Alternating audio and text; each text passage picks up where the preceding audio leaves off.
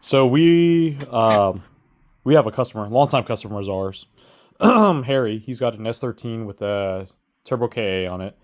It's on a ECU Masters black, and it's always had issues with the distributor.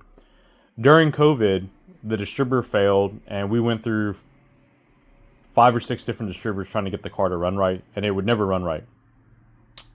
So he found someone who made a trigger kit, and we purchased the trigger kit, and that also did not work out. We had issues with it. Basically, on the trigger kit, it mounted to the factory crank pulley, and so what was happening was either the trigger wheel was off center, or the bracket was not strong enough. There was no way to really diagnose it because it would just happen randomly.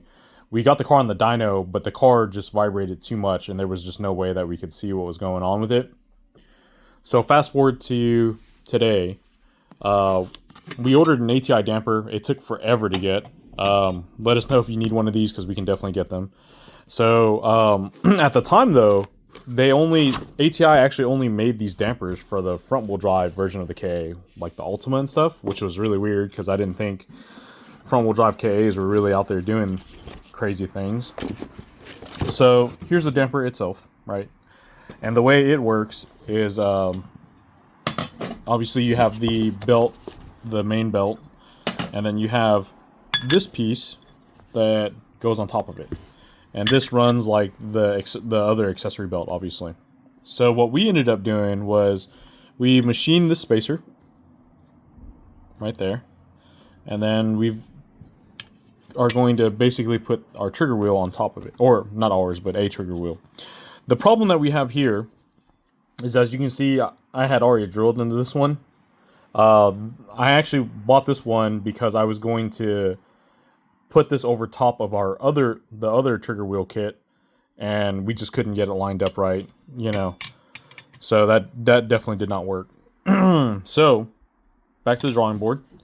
So since you got the ATI pulley, again, we had this machined, the spacer machine basically, and we're going to hop onto DIY Auto Tune's website, and we're going to order another trigger wheel, but we're not going to have any slots. So it'll just be a blank face, no slots.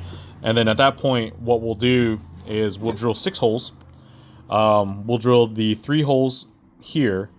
And then the reason why we're drilling these holes is so we have bolts that go all the way through to the actual damper itself, right? So the holes there. And then we're going to tap another 3 on top of it to have some redundancy that's going to just hold the trigger wheel into the spacer. So now Harry's car is coil on plug. It is set up as sequential, and so we really want a trigger wheel that, like this, is a 36-1. So it's basically has 36 teeth, 35 teeth with 1 missing. And then because there's enough resolution on it, it should be able to do coil on plug without needing a cam wheel. It may or may not. We may have to turn this to a 36-2. And a 36-2 is pretty simple. It's the same deal. Instead of having 35 with 1 missing, it will have 35 teeth with 2 missing. And what we'll essentially do is we will go across to this one and then lop this one off. And then it'll have 2 reference points to know it. But overall, pretty simple stuff. Just wanted to share with you guys on just some of the smaller things that we're working on.